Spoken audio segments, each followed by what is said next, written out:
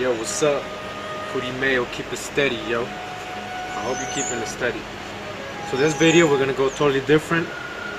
Something I've been wanting to get into. I just had to make you start spinning first. So now we're gonna look at historical facts here and record. You know, what's been documented, what's been drawn, what's been talked about in books and discussions and different records from the past, right? And this is in regards to the Aboriginal native tribes that were in the Americas. And I'm talking about North, Central, and South, right? So I'm talking about the copper-colored native tribes that were here. And I'm going to connect this. And I hope you can take this journey with me to see that it might even be Hebrew tribes, lost tribes. We'll see.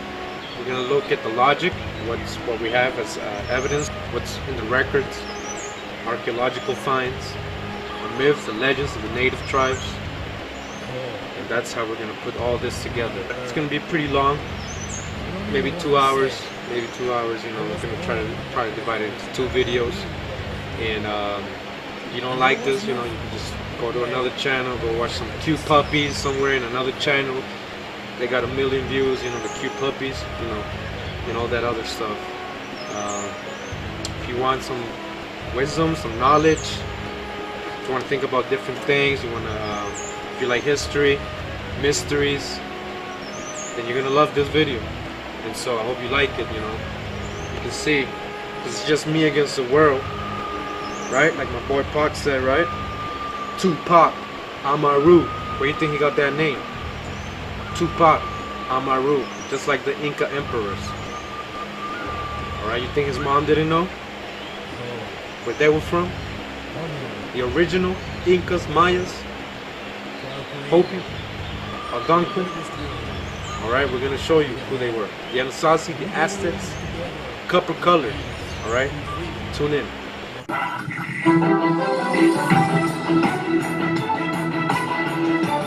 Virtually none of Thanksgiving has an ounce of accuracy, notes the bestseller Lies My Teacher Told Me. The idea of Europe bringing civilization to the Americas simply flips truth on its head. This is what European explorers actually found in North America. Far and away the most beautiful city on earth.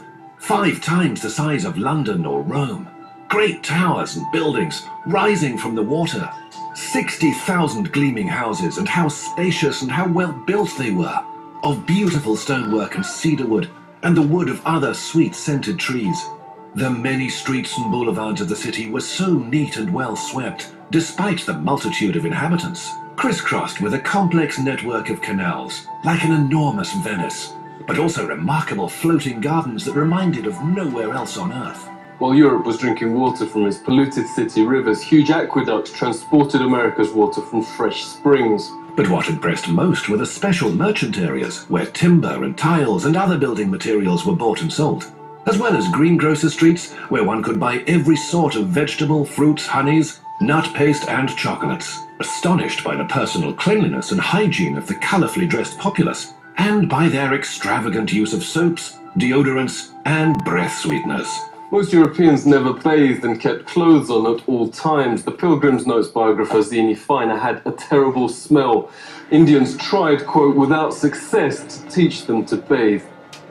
The settlers also had bad breath from rotting teeth. Death and starvation was so common that corpses were just dumped in open pits known as poreholes. Many turned to alcohol and committed suicide. In fact, the story of the first settlers has been deliberately changed, notes author James Lowen, because the truth is so shameful. They actually settled hundreds of miles further south and stayed in America because the mission was a failure. Their real aim, reports historian Robert Beverly, was to find some gold and take it back to Europe. They spent their days digging random holes in the ground, haplessly looking for gold instead of planting crops. Soon they were starving and digging up putrid Indian corpses to eat. They took some Indian prisoners and forced them to teach the colonists how to farm. And the meal with the natives wasn't quite the Thanksgiving shown on TV and in schoolbooks. The colonists offered the Indians a toast to eternal friendship, whereupon the chief, his family, advisors, and 200 followers dropped dead of poison. In mainstream history books, perhaps the most common description of American territory then is virgin land. In fact, notes historian Peter Jennings, it was widowed. Horrific enough, the Nazi ethnic cleansings in Europe during World War II. Leading American studies professor David Stannard notes it's dwarfed by, quote, far and away the most massive act of genocide in the history of the world. The death of 100 million indigenous people in the, quote, American Holocaust. Some from disease, but also vast numbers from a deliberate policy aimed at wiping out the race that mainstream history books continue to pretend never happened. He knows when Heinrich Himmler called the final solution, quote, delousing, Himmler was only echoing the Pilgrim Army's rallying cry, nits make lice, nits being Indian babies. This was a map of Indian nations across the US. 80% of the first government's entire budget went on attacking existing Indian settlements to take their developed farmland. Settlers would most probably not have survived, writes Jennings, on their own. 95% of America's entire population was then wiped out. American Holocaust notes there is documented evidence of colonist leaders going town after town, deliberately killing all men, women and children. Yet school texts and history books remain silent. Orders came from the very top. Under the direct order of George Washington, at least 28 of 30 Seneca towns and all the towns of the Mohawk, Onondaga and Cayuga were simply obliterated. George Washington wrote, the Indian country, quote, must be destroyed. Thomas Jefferson called to, quote, pursue Indians to extermination. Nobel Peace Prize winner Theodore Roosevelt called beneficial the eradication of the native race. Stannard notes genocide was official public policy. California Governor Peter Burnett in his 1851 message to the legislature. Extermination must continue to be waged until the Indian becomes extinct. Another governor issued the public proclamation to, quote, pursue, kill and destroy all Indians. A witness notes the ensuing bloodbaths practically wiped out the native race. The whites shoot them down like wolves, men, women and children, wherever they could find them. This war of extermination against the Aborigines is tending to the final extinction of the race.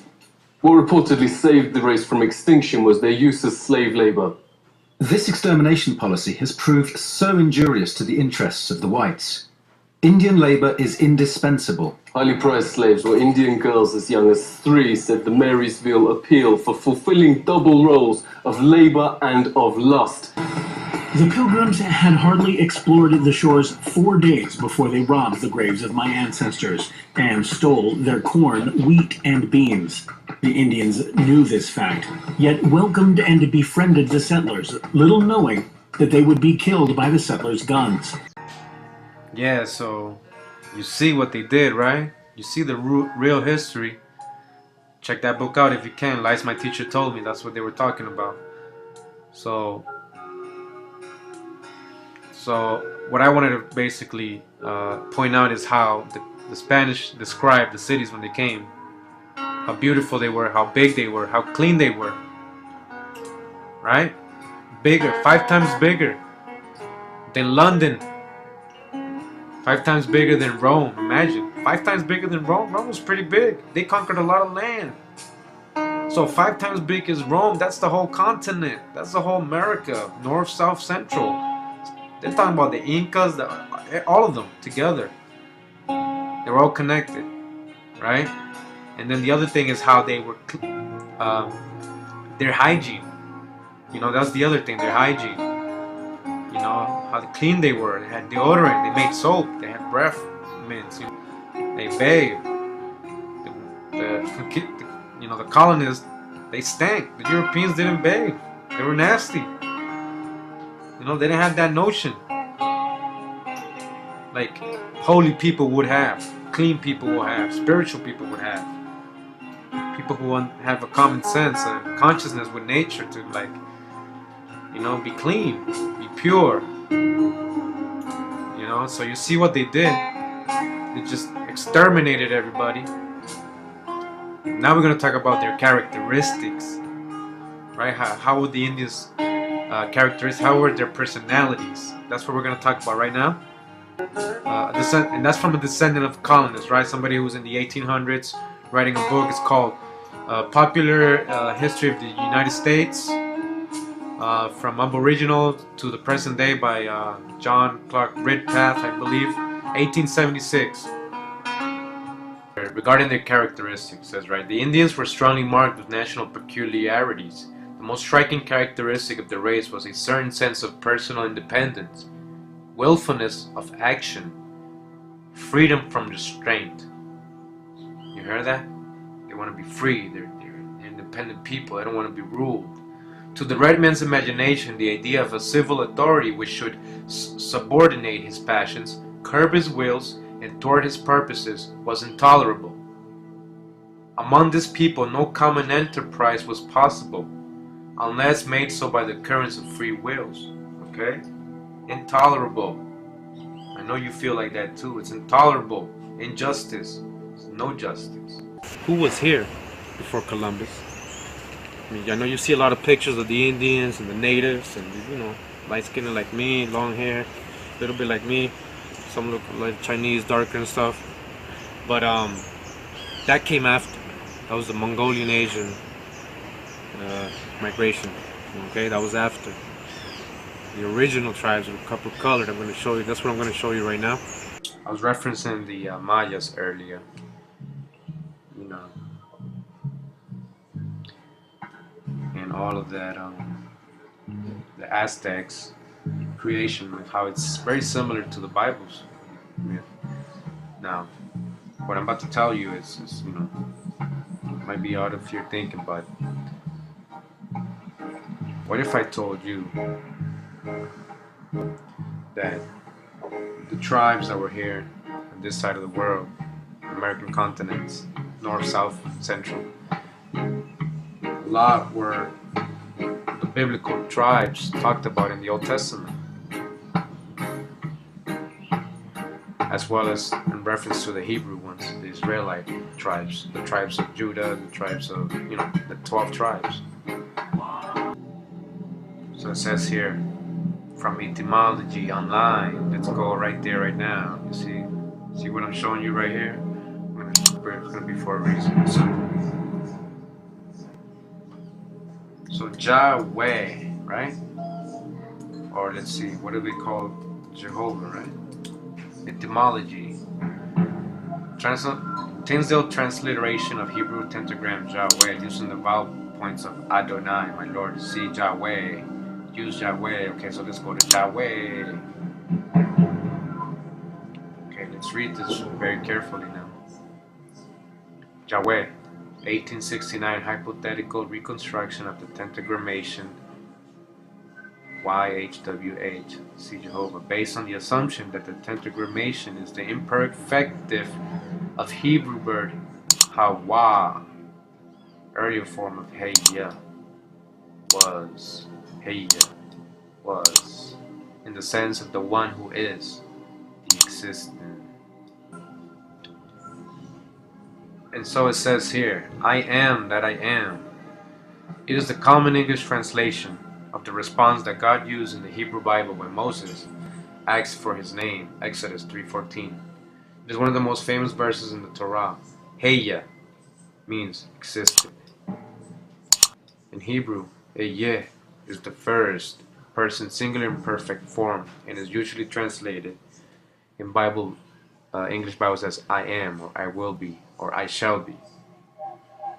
For example, Eyeh Asher Eyeh literally translates as I am who I am. Okay, so what did it tell you? One of the most famous verses in the Torah. So it says here, in appearance it is possible to render Yahweh as an archaic third-person singular imperfect form of Heya, to be, meaning, therefore he is. It is notably distinct from the root El, which can be used as simple noun to refer to the creator, deity, general creation agrees.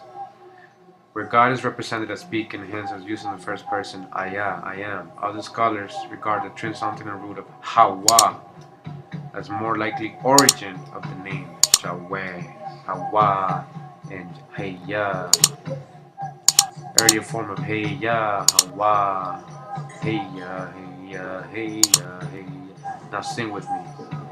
Heya, Heya, Heya, Heya, Heya, Heya. You see what I'm trying to tell you?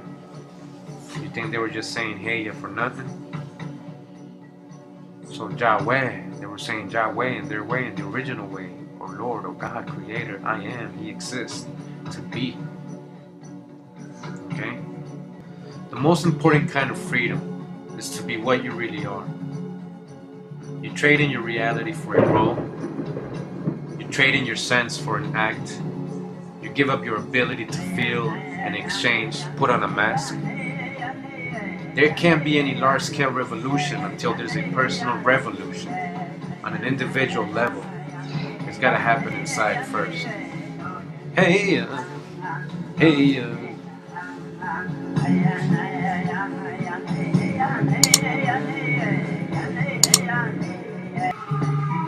So it says here, Webster's Dictionary, 1828, American, adjective pertaining to America. American, a noun, a native of America, originally applied to the aboriginals or copper-colored races found here by the Europeans, but now applied to the descendants of Europeans born in America. Alright, I don't know if you guys just understood that, but I'll do it one more time. In Webster's Dictionary, 1828. American, originally applied to the aboriginals or copper-colored races found here by the Europeans. Copper-colored races. Copper-colored races. Hey yeah, hey yeah, hey yeah, hey yeah, hey yeah, hey yeah. Hey yeah, hey yeah, hey yeah, hey yeah. Hey yeah, hey yeah, hey yeah, hey yeah. Copper-colored races.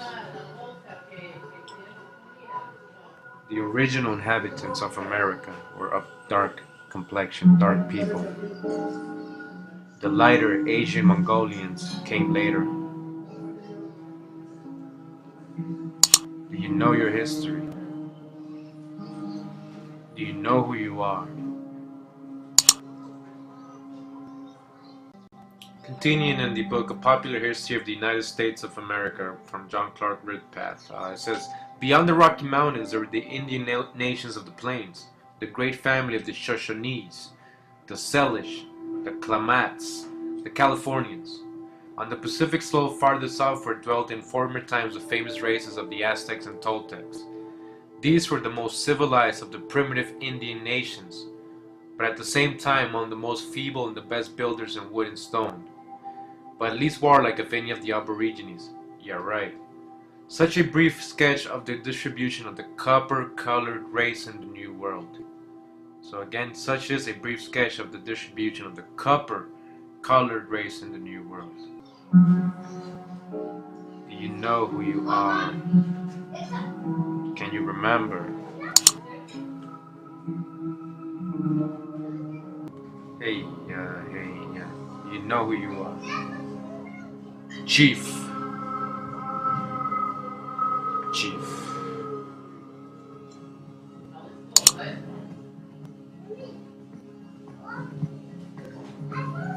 Dark. This is their drawings. Do you know who you are? Californian Indians. Old picture. Do you know who you are? Originally applied to the aboriginals or copper-colored races found here by the Europeans, but now applied to the descendants of Europeans born in America. Hey.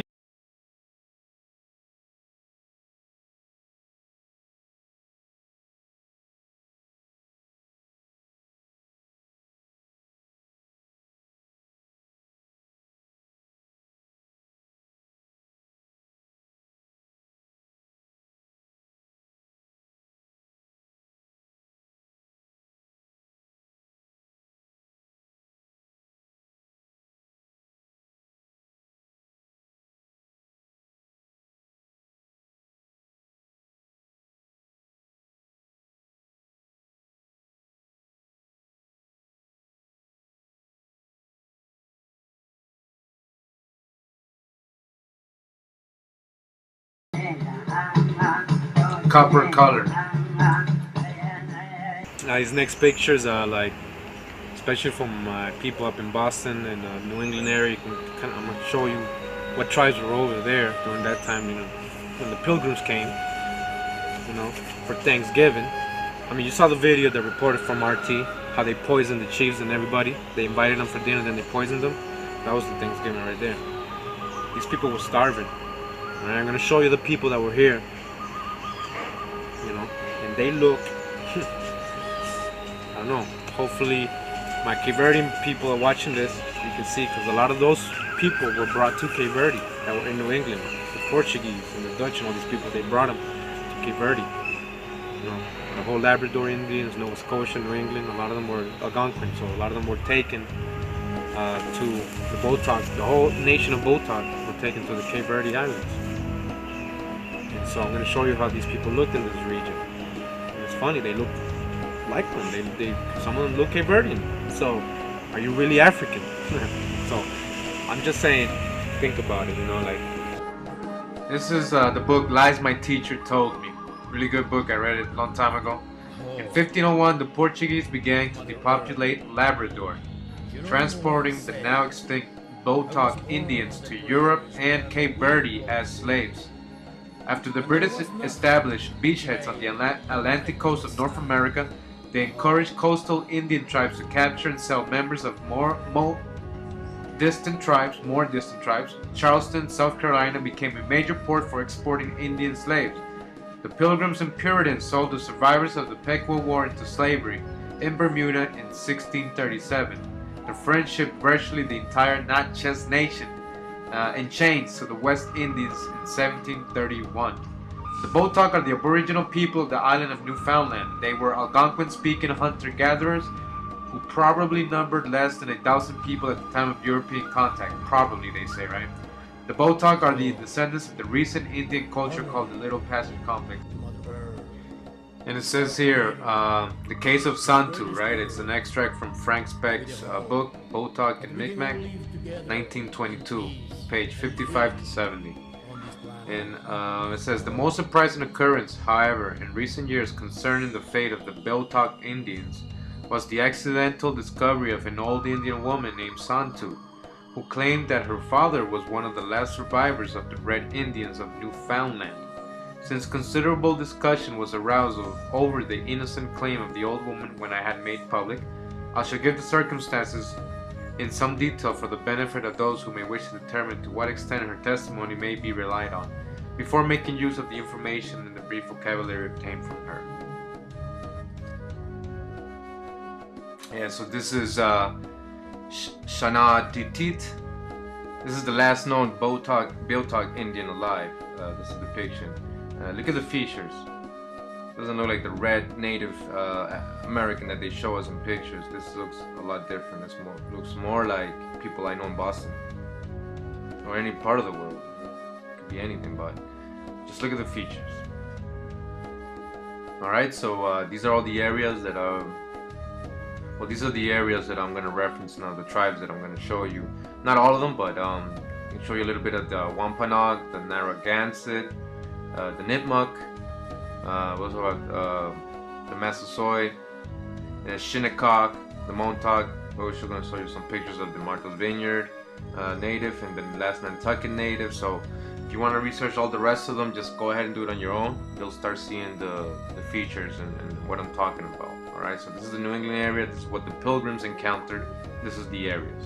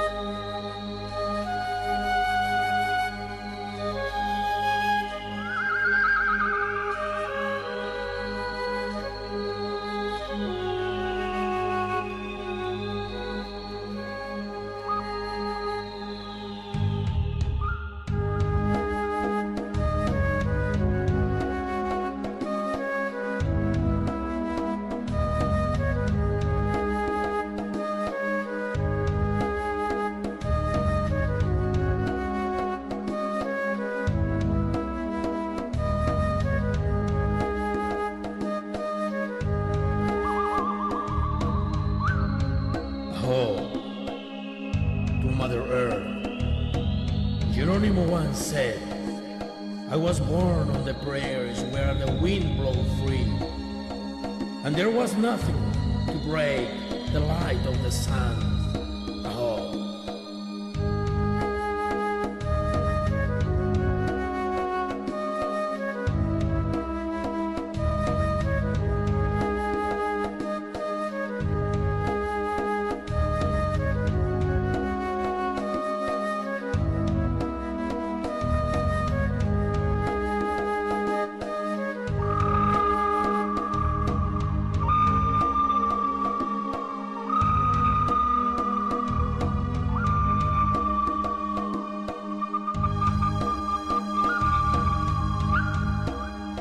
Oh, honor to Mother Earth, to our Creator, to the Great Spirit, with the hope that we can all live together in peace and freedom on this planet.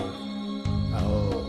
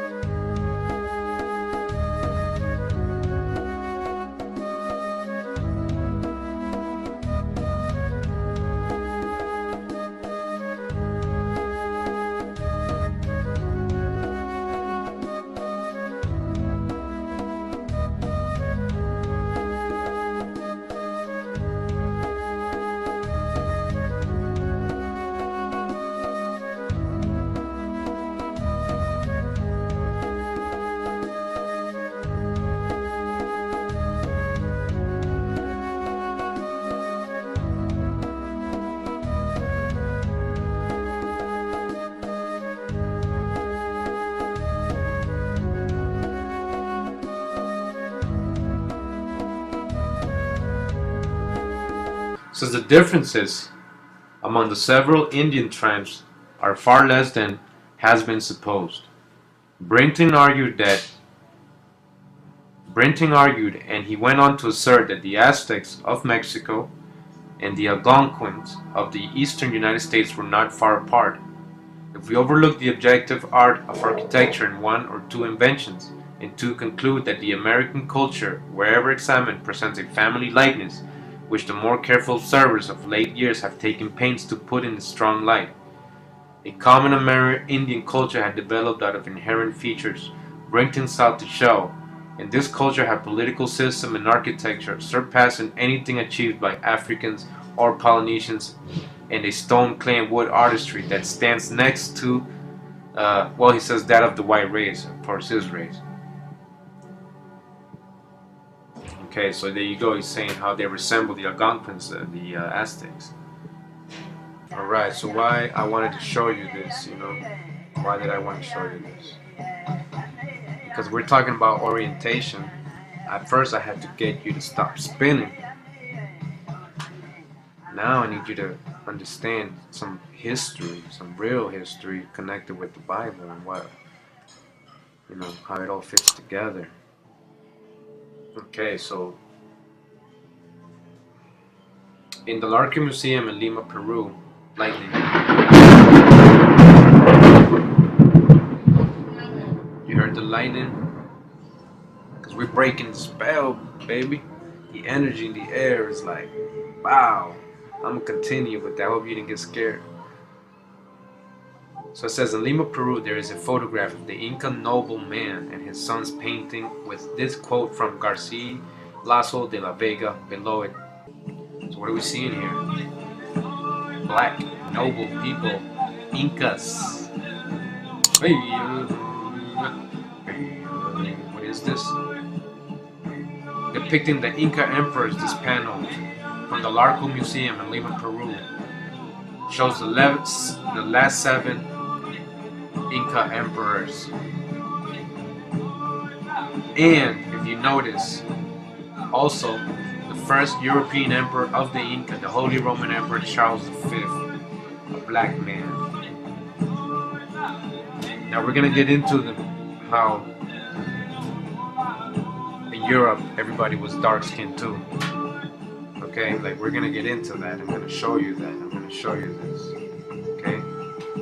So this painting can be dated back to the 1800s because the last two entries are the Carlos III as the 24th Inca Emperor and his son Carlos IV, House of Bourbon, as the 25th Inca Emperor. So he reigned as King of Spain from December 14, 1788 to March 19, 1808. What are we talking about here? I'm gonna get into this right here. Japheth. Much of modern Russia, parts of modern Georgia, and the Caucasus region, Huns, ancient Masaka, Musakh, Moshi, Mosca, and Muscovy in Cappadocia, Moscow reflects the old name possible migration as far as South American. So it says, starts right here, goes off to Asia. Possibly the Moshe and cultures in South America and now dead Moshika languages in Peru. In Peru. Moshe warrior, Moshe, Moshika. Wikipedia, Meshach. Well, in the Bible, Meshach or Meshach, Hebrew, price or precious, is named after a son of Japheth in Genesis 10:2 and 1 Chronicles 1:5.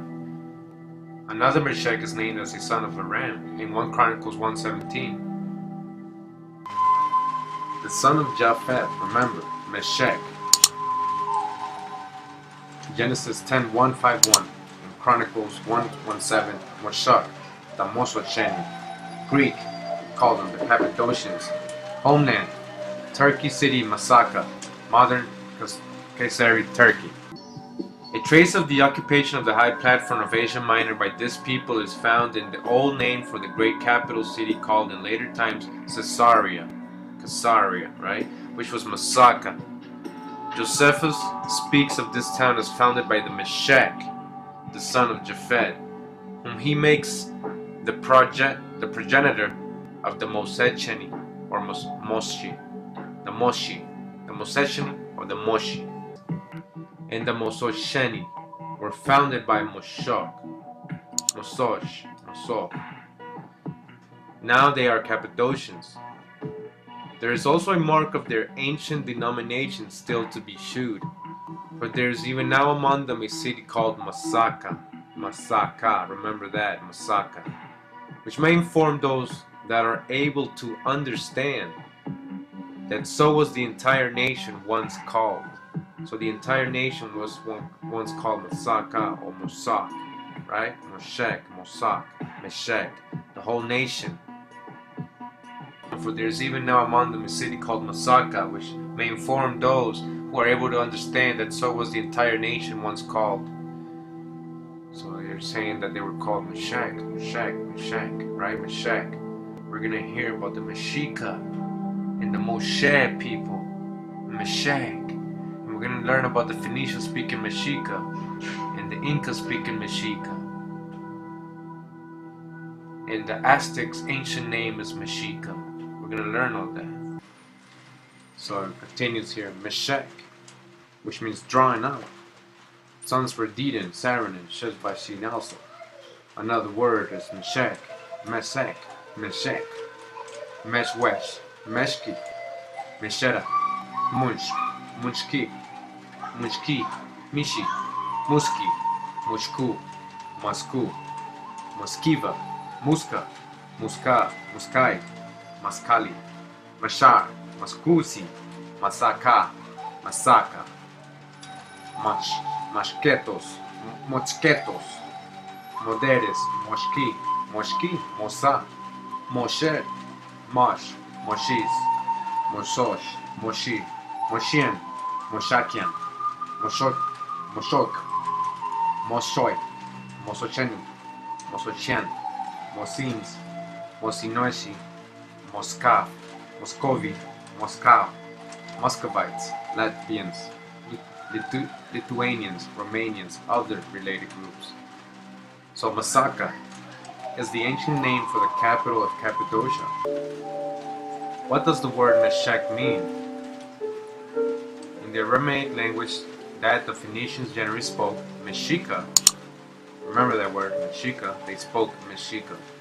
The real word for Meshach means Messiah. In Turkish, a similar word means Messi or Meshi. Moshe, Wikipedia.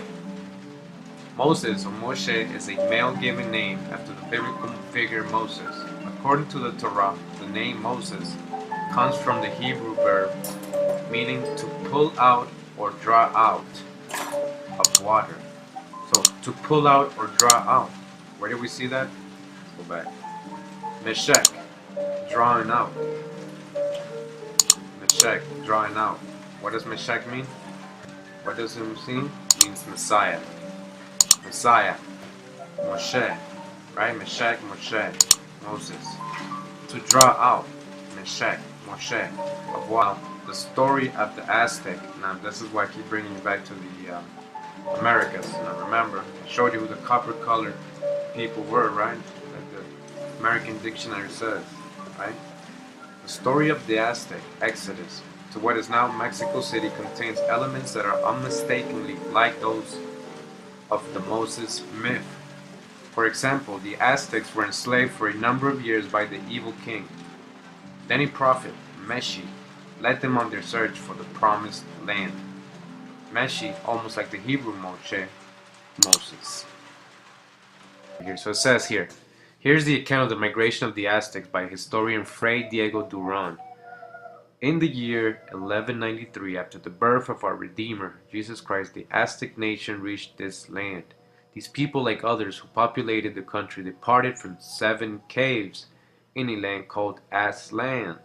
The people were called Aztec, which means people of whiteness. They were also called Mesitin or Mexicans, in honor of the priest Lord who guided them. Mexic, right? Mexicans. So it says, we at the Americas know them as the Mexica. Mexica? What did the Phoenicians speak? In the Arabic language that the Phoenicians generally spoke, Mexica. We of the Americas know them as Mexica. Who are the Mexica? Mexican. Mexica is their Nahuatl name. And Michoacan in Mexico. Moshe or Mexica in Peru. Mosquito in Nicaragua. Here in the United States they are called Muskegon, Muskogee, Michigan, Mohica, etc. The Hopi origin myths speak of the Moski, where they once lived. Alright, so we remember, right, the Meshech, right? The son of Japhet, the Meshechs, right? They ruled to India, Asia, all those areas. It seems that they were following a certain migration path because they were able to trace it to South America and the American tribes. So again, Meshech, right? Meshech, Mexica. Meshech means, look. So in the Arabic language, the Phoenicians generally spoke Mexica. Meshech means Messiah, Messiah, Meshich, Moshe, Moises, Moses, Moshe. Alright? So it says, they were also called the Mesitin or Mexicans, Meshich, in honor of the priest and Lord who guided them. In honor of the priest Lord who guided them, whose name was Meshi. Meshi. Okay, so what? Check this out. In Phoenicians generally spoke Mexica. The real word for Meshech means Messiah. In Turkish, a similar word means Messi or Meshi. Moshe, Moses or Moshe is a male given name after the biblical figure Moses. And what this is Wikipedia, Mexica. The Nahuatl pronunciation, or Mexicas, were indigenous peoples of the Valley of Mexico, known today as the rulers of the Aztec Empire. And so the Aztec had a story unmistakably like those of the Moses myth, or Moshe, right? Moses, Moshe, Moshe, Messiah. And who are the Mexica? What did the Phoenicians speak Mexica? They were the Aztec. The Aztecs referred themselves as the Mexica or the Tenochtitlan, were the Native American people who dominated northern Mexico at the time of Spanish conquest. The Mexica are eponyms of the place name Mexico. This refers to the interconnected settlements in the valley which became the site of what is now Mexico City, which held natural and geographical and population advantages. We had the Tarascan Indians of Michoacan descend from the Tarashacas, Scythian chiefs of Taras, pole star pirates and navigators. because they were so close relative to the biblical Meshechs. They also called themselves the Meshechgana, Meshech tribe, which later became Mishrakan. The legends of the Aztecs stated that they, the Mexica, or Shiva Phoenicians, were once partners of the Tarascans, just as the Bible says. Now there was a group of people known as Moshe, or Morshi, or Meshera, in Peru, South America. The Moshe civilization, also known as the Moshika. Okay, Moshe so say Moshika, Meshika. Okay? What is the difference? Moshika, Mexica, flourished along the northern coast and valleys of ancient Peru, in particular in the Chicama and Trujillo valleys between 1 CE and 800 CE. What does it say about Moshika in Wikipedia? It tells us it's a Chimuan language, formerly spoken. So Moshika, a language. Where do we see Mexica language?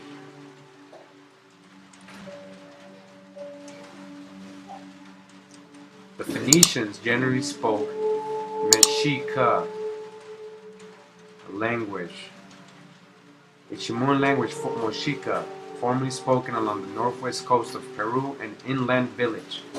First documented in 1607, the language was widely spoken in the area during the 17th and the early 18th century. By the end of the 19th century, the language was dying out and spoken only in the few people in the village of Eaton and Chiclayo, or almost like Chicago. It died out, spoken around 1920, so just 100 years ago, it still existed, alright? Alright, so the Meshechs, right, they went all the way to South America, man. I'm telling you, you saw the connections there. If you look up the etymology of the word, you will find all this stuff, you know, you're connected. So we're going back, you know, we keep going back, it keeps telling us we're going to America, baby. We're going somewhere. We're gonna trace this, you know. We're gonna see this. Okay, so so far we got like a lot of things pointing to like Hebrew tribes in America, the natives. I mean, all right. So I'm gonna keep pulling out some more things. So we're talking about these Hebrew Israelite tribes, right? Who were these Hebrews? Hebrews. Remember, every word has meaning. So I want you to bring your focus onto Eber. So from Shem came Arphaxad or Arphaxad, Shalah, then Eber or Salah, Eber. So let's look at another. So we have from Adam we have Seth, you know, and then came from Seth Noah. From Noah came Shem, and Shem had Arphaxad, Salah, and Eber. Eber had Peleg. So who is this Eber? The word Hebrew, descendants of Eber, those that did not build the Tower of Babel. Okay, so it says Hebrew does not mean Jew, although some Judeans may be Hebrews. Genetically speaking, Hebrew means any descendant of Eber or Eber.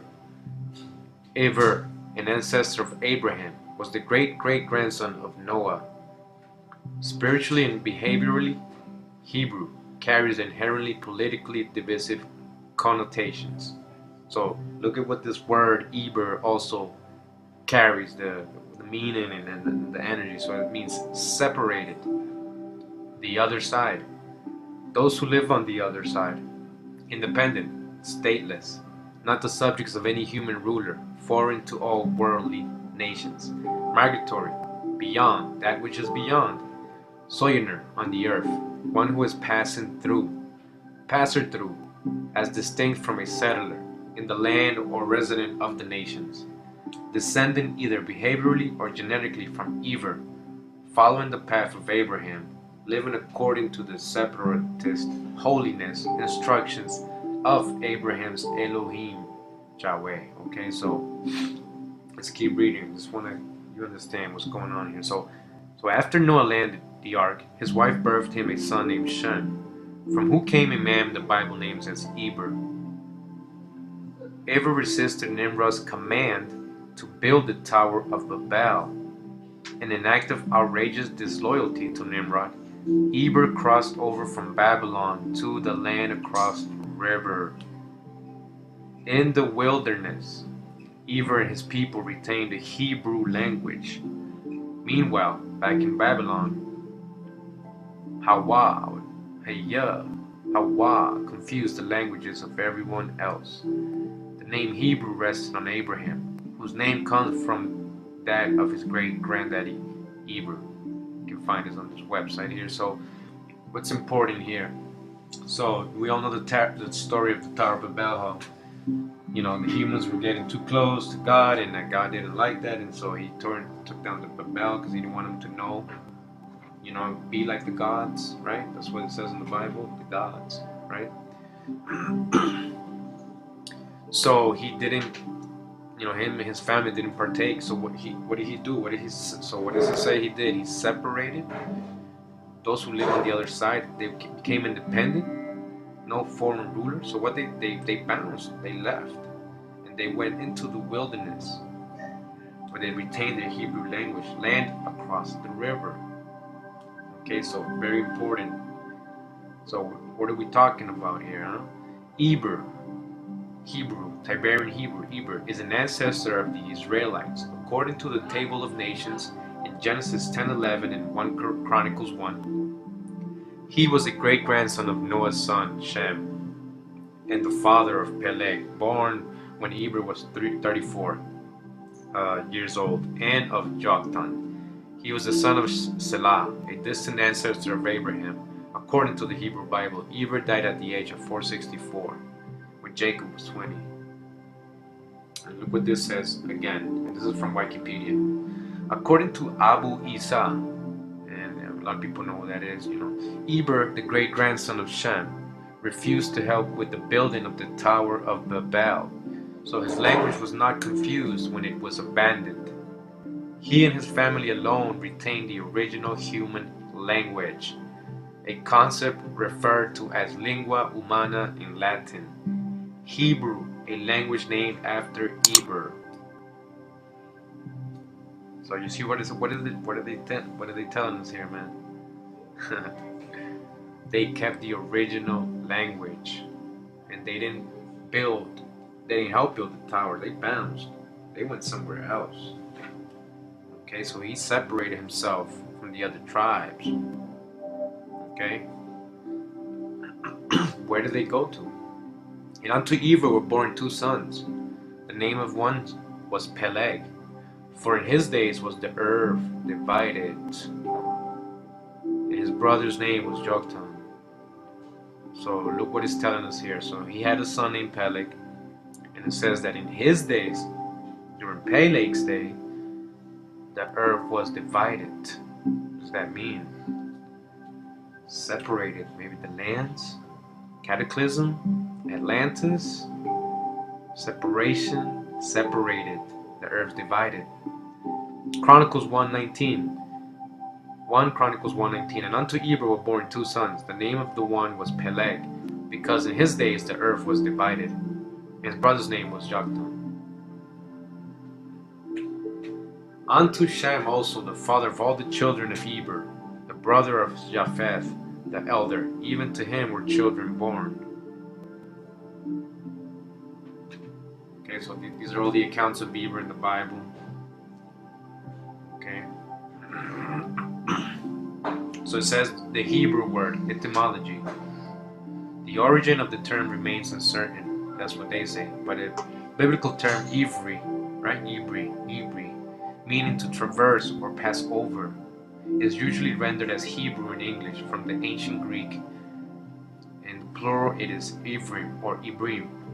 Terracotta head of Semite-marked Hebrew by Petrie from Memphis, Foreign Quarter, Egypt, Greco-Roman period, the Petrie Museum of Egyptian Archaeology in London.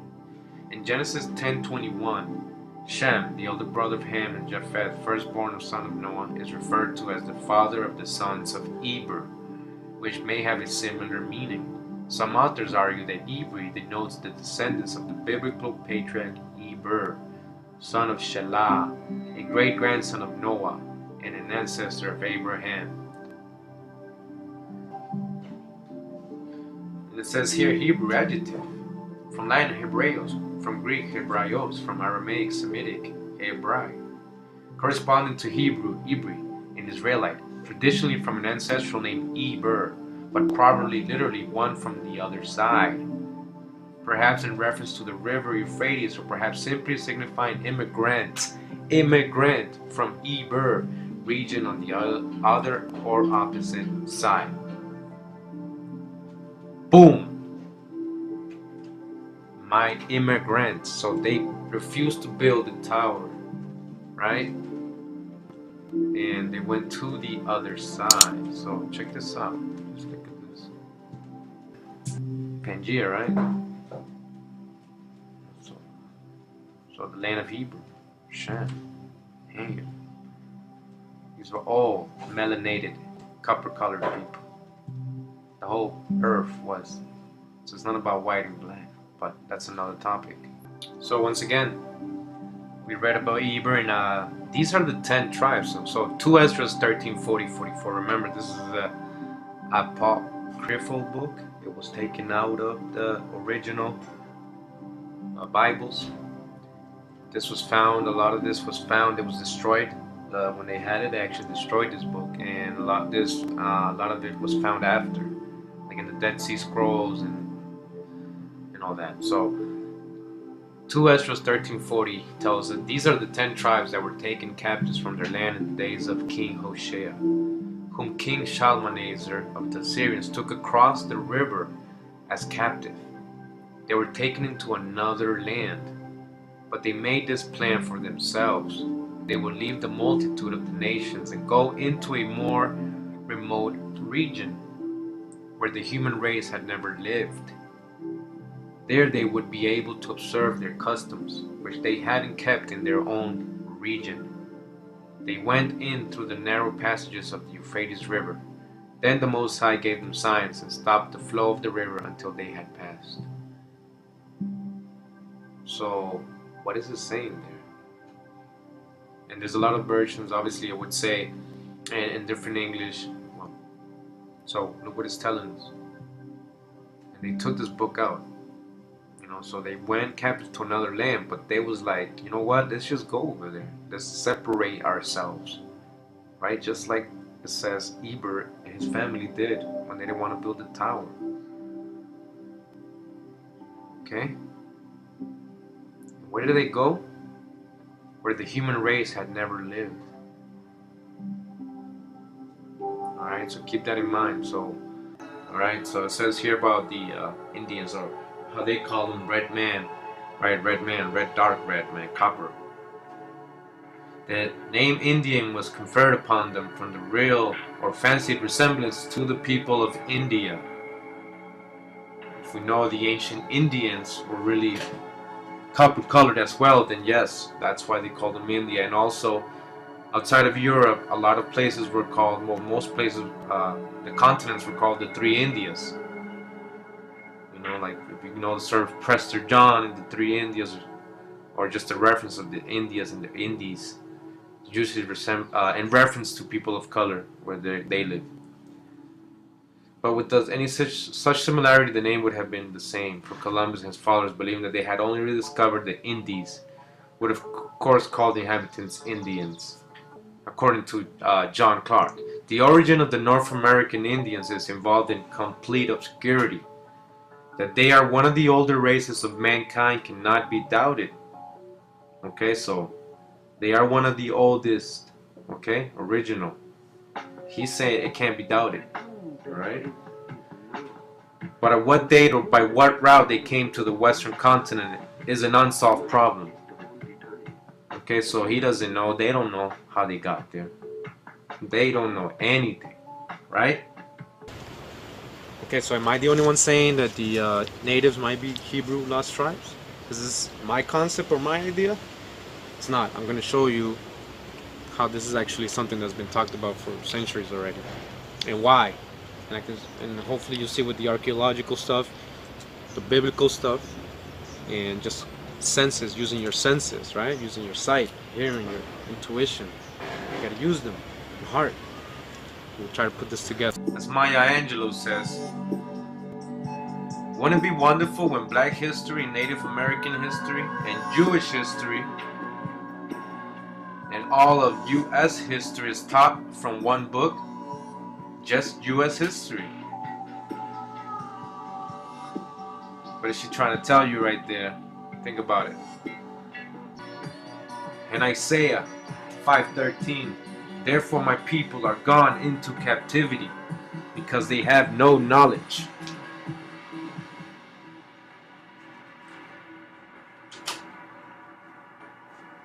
No knowledge. Yeah, so talking about captivity and slavery, you know, I want to bring your attention to the dumb diverses, the pop-up bull, okay? This is something that was done in 1452 by Pope Nicholas V, right? So let's read here what it says in Wikipedia. So it says dumb diverses, which means until different. You hear that? Until different. Is a papal bull issued on 18th of June 1452 by Pope Nicholas V. It authorized Alonso V of Portugal to conquer Saracens and pagans and consign them to perpetual servitude. Alright, so what does that mean? You know, perpetual slavery. And who are these Saracens and pagans? You know, what exactly does that mean? You know, so remember, this is 1452. Before they traveled to America, right? 1492 is when Columbus discovered America, right? So what they were doing? They were plotting. They were planning. They were getting all the permits.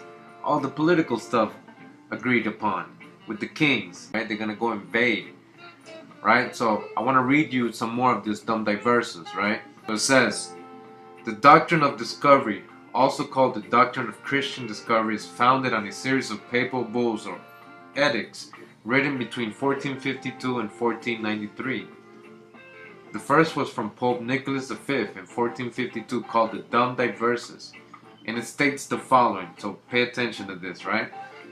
So, who are in the Americas, right? So, we want to grant you, King of Portugal, full and free power, through the apostolic authority by this edict, to invade, conquer, fight, subjugate the Saracens, Muslims and pagans, and other infidels and other enemies of Christ, and wherever established their kingdoms, right? Their kingdoms, their duchies, their royal palaces, their principalities, and other dominions, lands, places, estates, camps, and any other possessions, mobile and immobile, goods found in all these places, and held in whatever name, and held and possessed by the same, and to lead their persons in perpetual servitude.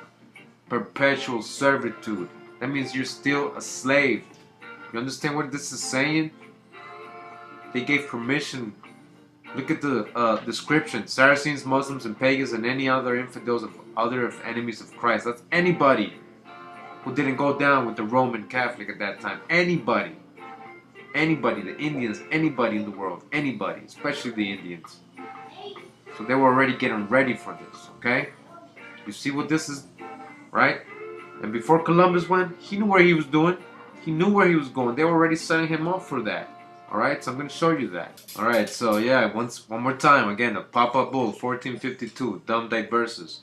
Pope Nicholas V authorizes King Alonso V of Portugal to invade, capture, vanquish, and subdue all Saracens and pagans, to reduce their persons to perpetual slavery, and to take away all their possessions and property. So basically, Christians encountering non-Christians could take everything. You hear that? Everything.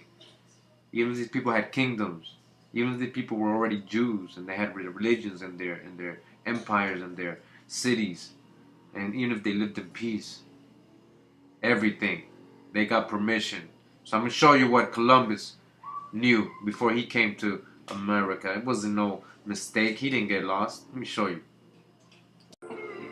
Yeah, so Columbus wasn't so innocent, and you know, like Bob Marley says, half the story has never been told. You know, regarding Christopher Columbus, all his life, Columbus' ideas about geography were permeated with a peculiar religious mysticism.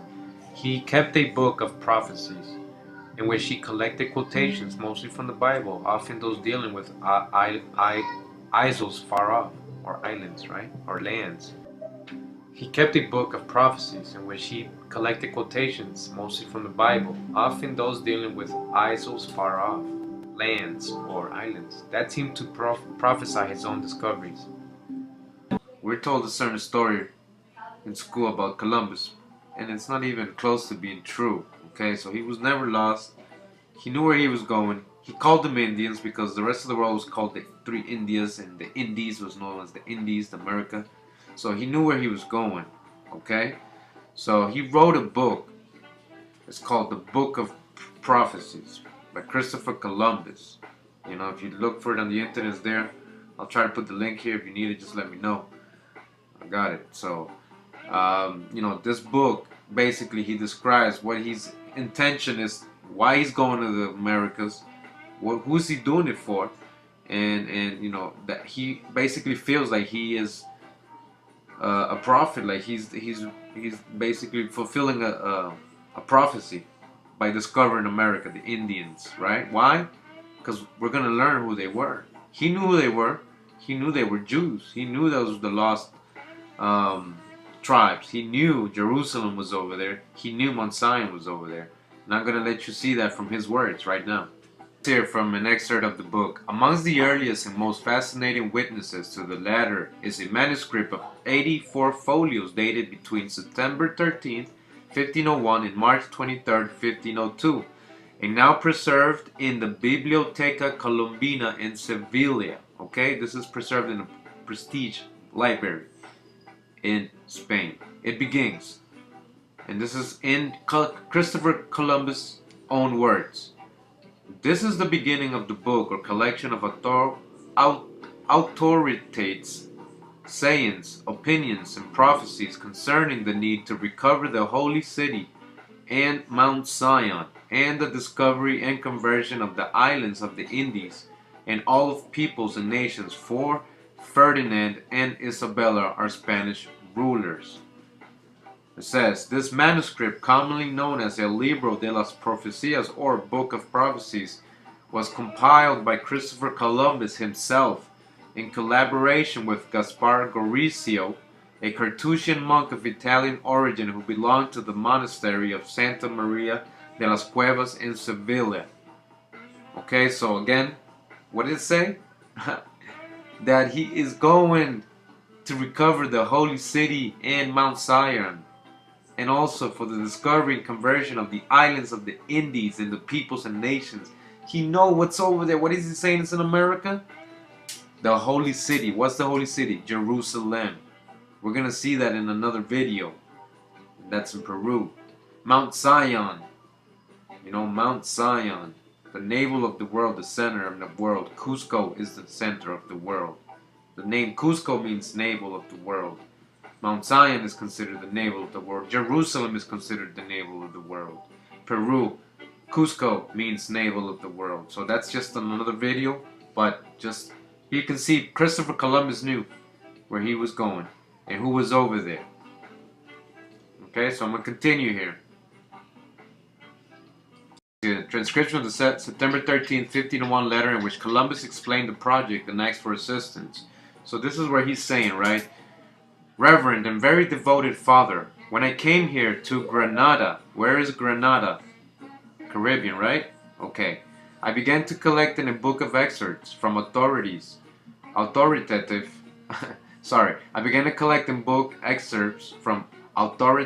sources that seemed to me to refer to Jerusalem. I plan to review them later and to arrange them appropriately. Then I became involved in my other activities and did not have time to proceed with my work, nor do I now. So he's too busy conquering and killing people. You understand? So then I became involved, and so I am sending the book to you so that you can look at it. Perhaps your soul will motivate you to continue the project, that our Lord will guide you to genuine authorities. The search for text should be continued in the Bible and the commentary. It is often useful and should be used for clarification. And that was Christopher Columbus' Book of Prophecies. Libro de las Profecías, or the Book of Prophecies by Christopher Columbus. He knew what he was coming to do, and he had the permission, dum diversas, from the Pope, Nicholas. They already had set it up. They came to conquer. They knew what they were doing. They wrote us a lie, a history, a bullshit, and we still believe it. Now, here's some more evidence about Hebrews in America.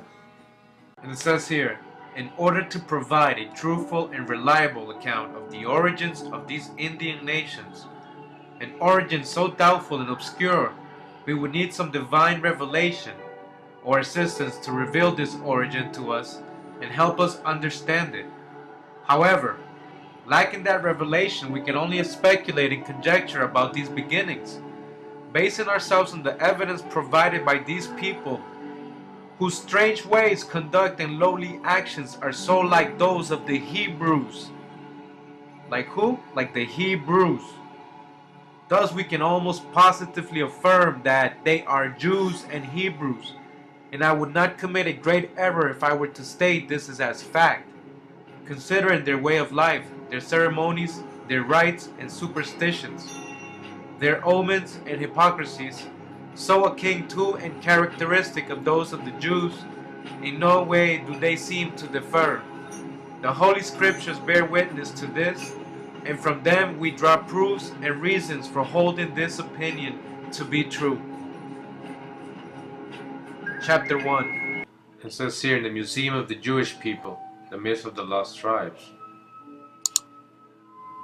It says here, in South America, the hypothesis connecting the American Indians to the 10 lost tribes of Israel was advanced mainly by Spanish missionaries and travelers while coming across impressive archaeological remains of the pre-Columbian civilizations or investigating the way of life of local tribes believed to recognize various customs and beliefs that they related to the Bible and Judaism. Most reports refer to native tribes living in regions that today are part of Bolivia, Ecuador, Venezuela, and Peru, but also in the countries of Central America, especially Mexico. Among the prominent expositors of those theories, a mention should be made of Father Diego Duran, 1588, author of The Aztecs, A History of the Indies of the New Spain, Father Gregorio Garcia, and his Origin de los Indios de los Nuevo Mundo, 1729. Alright, here we are at the Jewish Virtual Library, and this is regarding Montesinos, well, Antonio de Montesinos, right? So we're going to learn who he was and what he said about his encounter here in the Americas, okay? Jewish Library, Project of Ace, okay? It says here, Montesinos Antonio, Marrano traveler on a trip to South America during 1641-42. Montesinos discovered a group of natives in Ecuador who could recite the Shema and were acquainted with other Jewish rituals.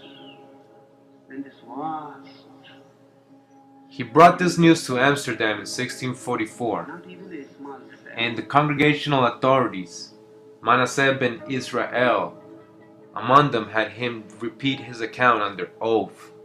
So Manasseh ben Israel, you can see who that is, very important Jewish scholar. That the assumption was that these natives were a remnant of the 10 lost tribes, of the tribes of Reuben and Levi, according to Montesinos. He then left for Brazil, where he died, reasserting on his deathbed to the truth of his report.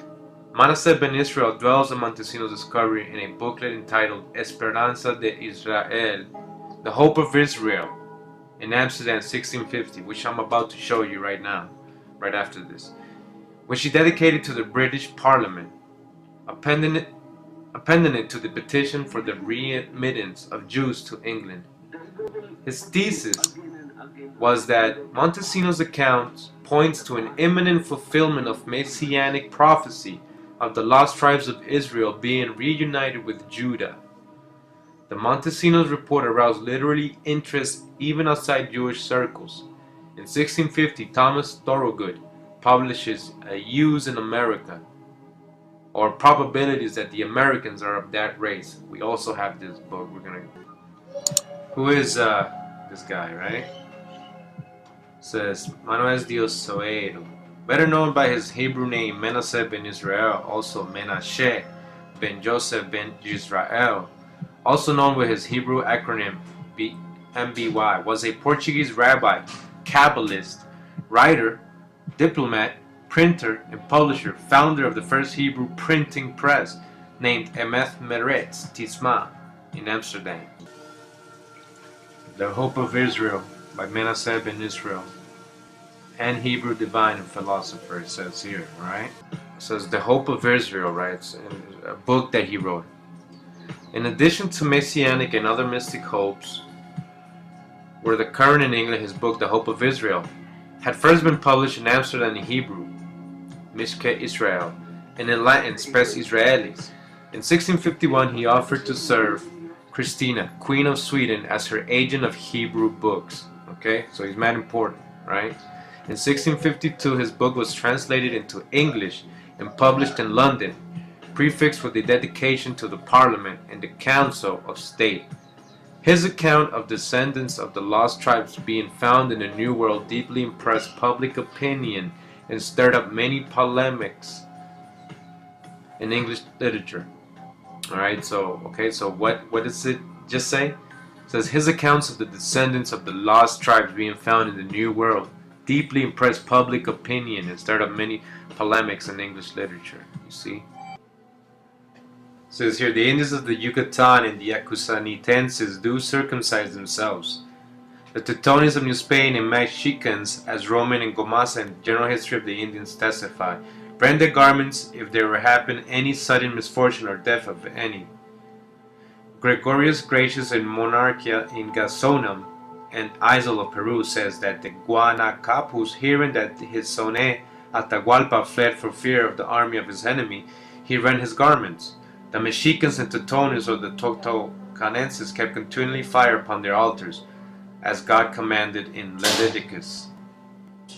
Those of Peru do the same in their temples dedicated to the sun. The Nicaraguenses do forbid their women who were lately brought a bed to enter their temples till they are purified.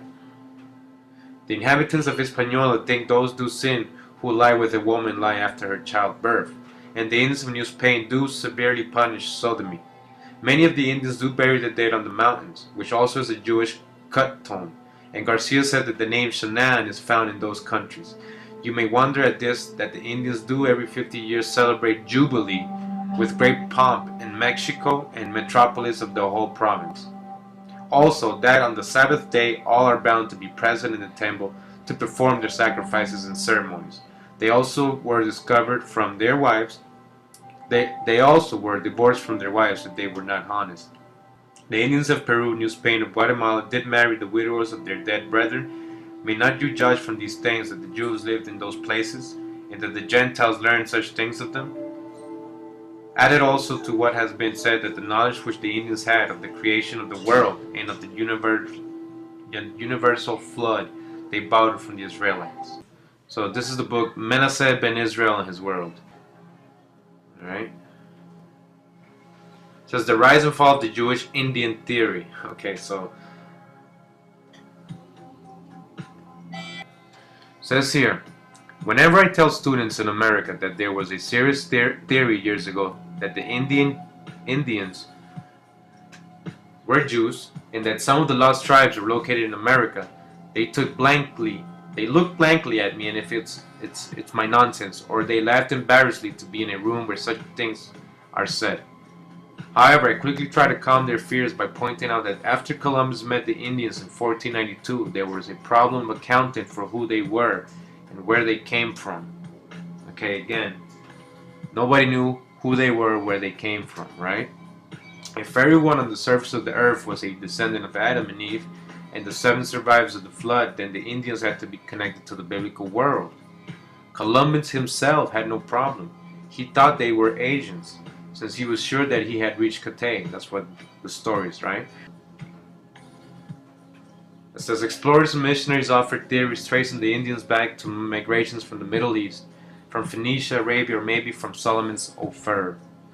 To deny a biblical origin for the Indians was to see them in their history as outside of the Scripture, and Scripture as incomplete and inadequate. To deny a biblical origin for the Indians was to see them and their history as outside of Scripture, and Scripture as incomplete and inadequate. Only a few hardy souls in the 16th century dared suggest this. Paracelsus, Giordano Bruno, Christopher Marlowe, and maybe Sir Walter Raleigh. It's a little more down below. It says here regarding the Puritans and what they thought about the colonists, because a lot of them were saying that they were Satan's children and they were wild, they were savage. So according to the Puritans, because they were living there, it says, besides the settler missionaries found matters in Massachusetts Bay Colony quite different than Meade had described. They found docile, friendly Indians, some of whom wanted to become Christians, according to them, right? I don't know if they would really want to become Christians. They established schools for them, and they tried to get the great John Comenius to use Harvard as the center of universal enlightenment for Indians and Europeans. They translated the scriptures for the Indians. It says, and it continues, so pay attention to this part. The missionaries began to suspect something radically different was going on in the environs of Boston, namely that pure English Christians were baptizing and converting Indians who were Jews. Wow. Alright. What were they doing? They were baptizing and converting Indians who were Jews. So that's what the Puritans were realizing.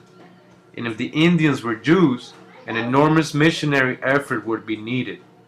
So on behalf of the New England Missionary Society, a volume was written by the Norfolk preacher one Thomas Thorogood called Jews in America, or the probability that the Indians are Jews. This was dedicated to Charles I. Okay? He had heard from the most learned Jewish writer of the time, his friend and co-worker Manasseh ben Israel, that Portuguese Marrano explorer Antonio de Montesinos had encountered a Jewish tribe in the Andes Mountains. He knew that Manasseh had had Montesinos who came to Amsterdam in 1644 give his accounts before a notary. So Dury, who was at the time planning to set up a college of Jewish studies in London with Manasseh as one of his 3 professors, wrote Manasseh for a copy of the Montesinos report. Unconvinced until he was finally willing to say that the group encountered by Montesinos could be part of the lost tribe, okay, while the rest of the inhabitants of the Americas were migrants from Asia. So he only accepted one tribe, but alright, so you can see if one is there, then the rest are also there, and we're going to show you that.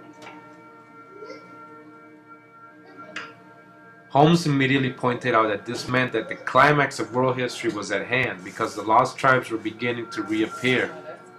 Manasseh was asked what was the Jewish view about the lost tribes and their reappearance. Rather than write another letter, Manasseh wrote his most famous work, The Hope of Israel, which appeared in 1650 in Spanish, Latin, Hebrews, and English and Dutch. The American Indian descended from the 10 lost tribes.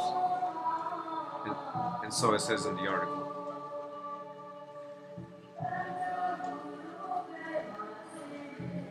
So it says, last month's column sketched the basis for the belief that American Indian is descended from the 10 lost tribes. One of the foremost proponents of this theory was the Indian trader James Adair, 1709-1783. In 1775, he wrote The History of the Indians, arguably the most significant 19th century work on the southeastern Indians, in which he presented 23 arguments that prove the North American Aborigines were descended from the 10 lost tribes.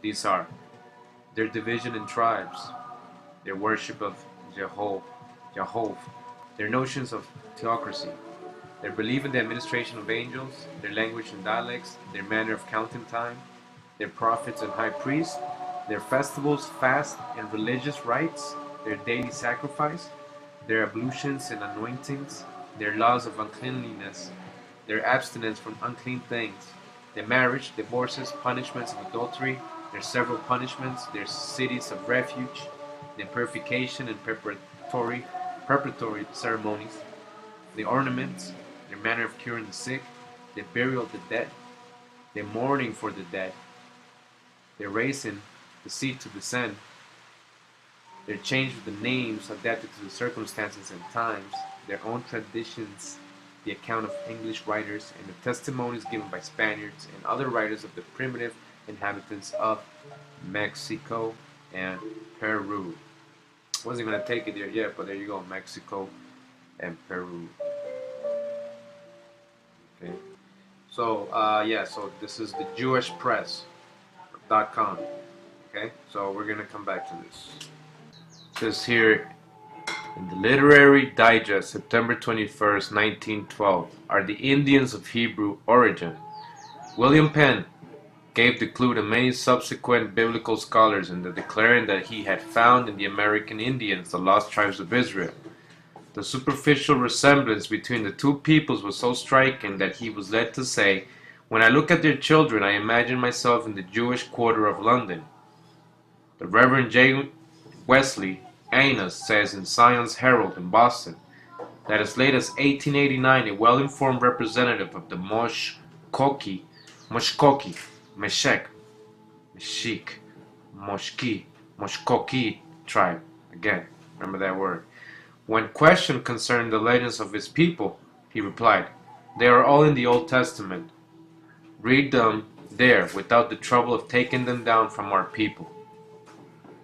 Corroborative of this statement of Dr. W. W. Warren, his History of the Ojibwe Nation, that in response to parts of the Bible, which he translated for his people, they said, "The book must be true, for our ancestors have told us the same stories for generations. The theory here presented is not new. The Jewish Encyclopedia given the substance of it without pronouncing upon its credibility. The writer meets the objection to the theory based on the great distance between the habitations of the two people by citing the book of Esdras. They affirm that after the captivity of Hebrews resolved to separate themselves from the heathen and to seek a spot where they might religiously observe the law, for the violation of which they had been so severely punished. Accordingly, he reports them to have migrated to a country which was uninhabited and so far distant that they journeyed for a year and a half or even more. This theory is further supported by the writings of the famous Manasseh ben Israel, who tells us that the America and Asia, now separated by Bering Strait, were formerly one continent, and that during this early period these Hebrews penetrated to America by land, before it separated. Still more conclusive proof is found in comparative study of the language, religion, customs, and traditions of the two peoples. Such resemblances as these are noted, like the Hebrews, the Indians, when first visited by the Europeans, were a very religious people, yet they had entirely escaped the idolatry which was common to almost all ancient peoples. They acknowledged but one God, the Great Spirit, and the name by which he was known was Ale, the old Hebrew name for God. In their dances they were heard to say distinctively, "Hallelujah," or "Praise Jah." They were the very word which was used by the Hebrews themselves. They kept annual festivals which resembled those of the Mosaic ritual. They performed morning and evening sacrifices and offered of their first fruits to God. They practiced the rite of circumcision and celebrated a feast like the tabernacles. They had cities of refuge to which even a murderer might flee and be safe. The Indians reckoned time in the same manner as the Hebrews, and their year began at the same season. The same superstitions seem to have marked their burial places. The same creeds were the rule of their lives, both as to the present and the future. The Indians, as well as the ancient Hebrews, lived in tribes ruled by chiefs, and their forms of government were almost identical. The clan system of the Indians has preserved a clue to some of the mysterious rites of the early Hebrews. What is not known about the clan system of the Iroquois explains what was formerly mystical about the tribes of Israel. Each tribe had a totem, usually some animal such as a deer, a bear, or a panther. So also had Israelites such a totem, and this explains why in the blessings of Jacob upon his sons, Judah is surnamed a lion, Dan a serpent, Benjamin a wolf, Joseph a bull. Literary Digest, September 21st, 1912. Let's hear BreakingIsraelNews.com. Are Native Americans part of the 10 lost tribes?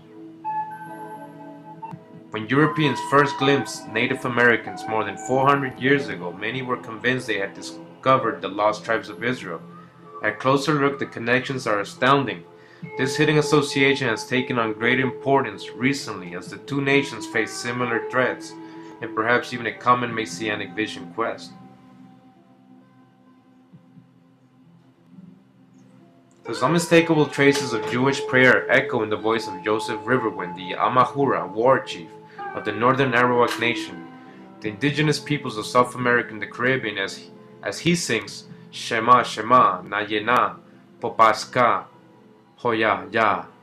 He translated his ancient Native American song for breaking Israel news. Listen, listen, people, as you gather together, we will dance before the Creator. This is strongly reminiscent of the Jewish prayer Shema, which literally means hear.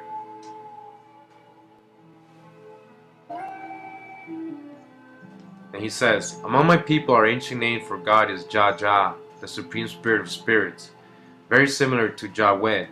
Chief Riverwind explained, among my wife's ancestors, the Anikituwaya, the Cherokee, they called God Jehoahewah.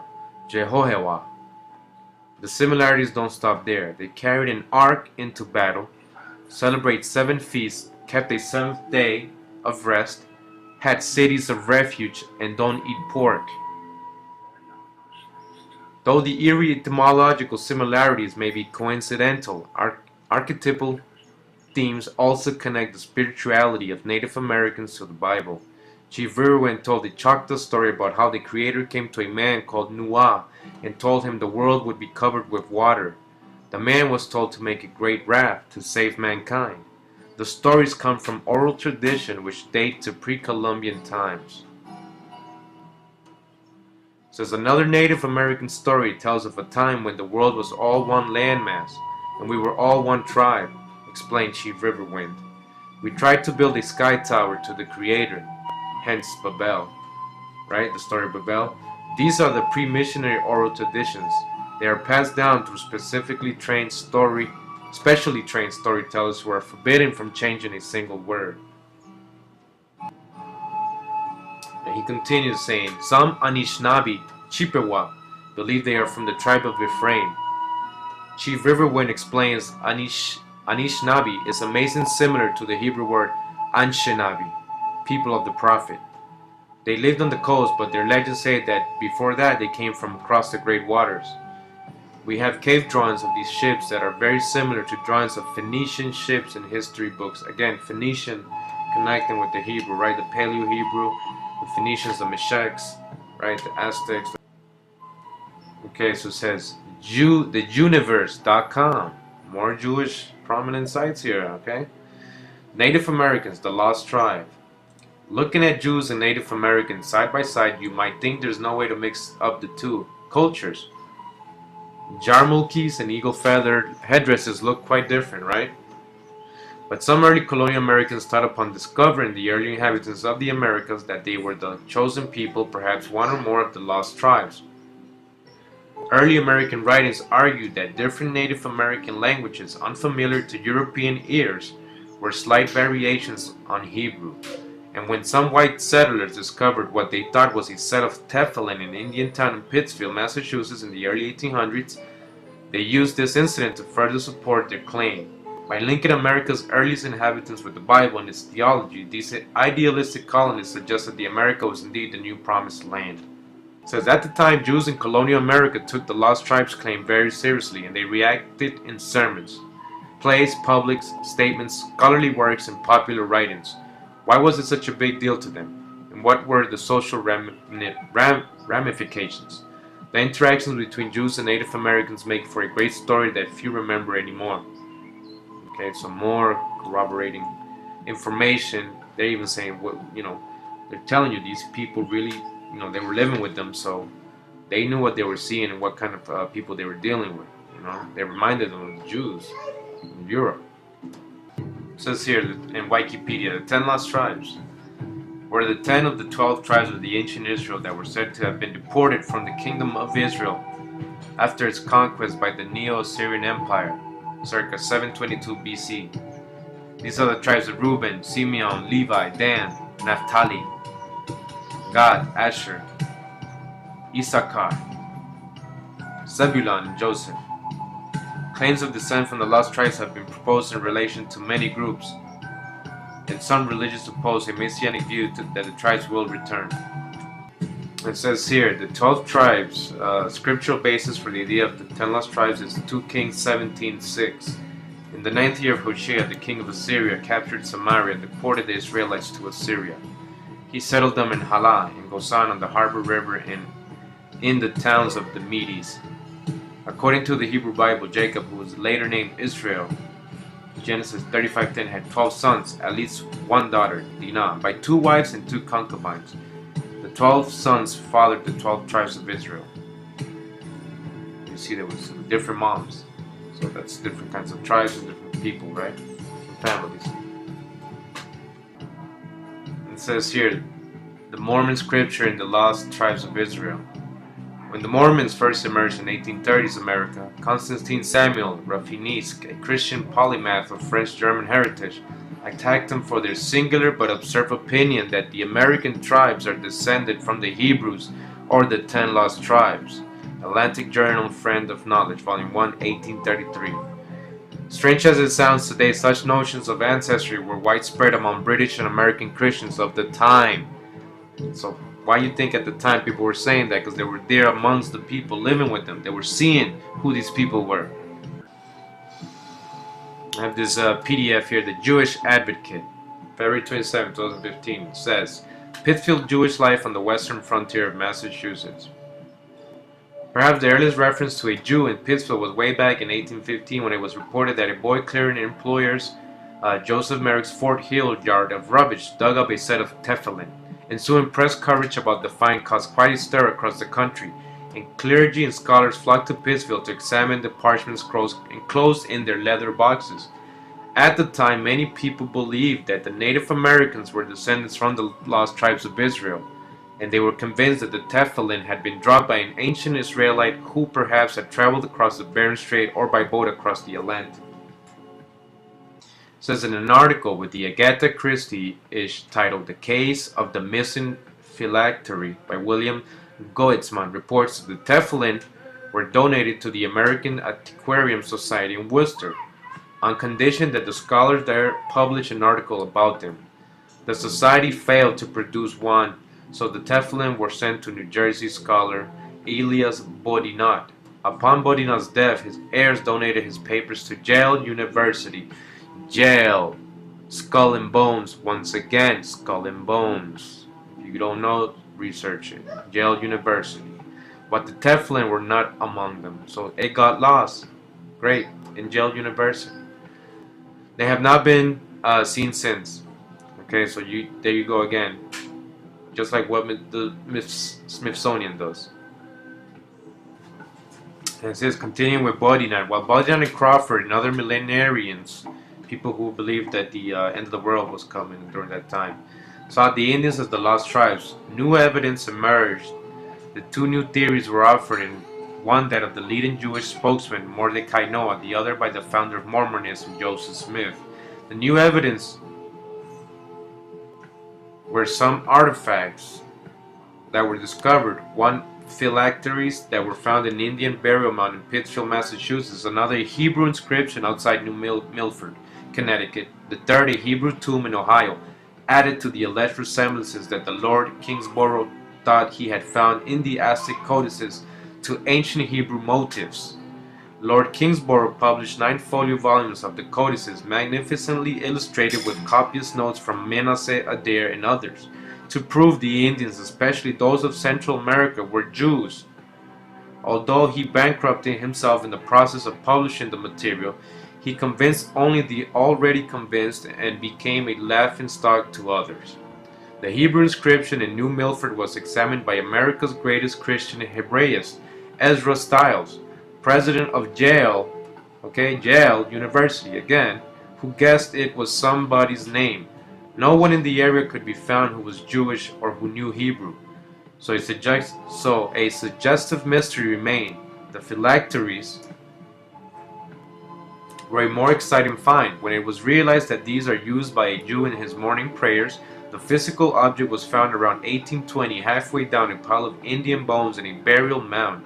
Because of the Hebrew letters contained in the object, Christian scholars from Harvard were consulted who identified the object for what it was.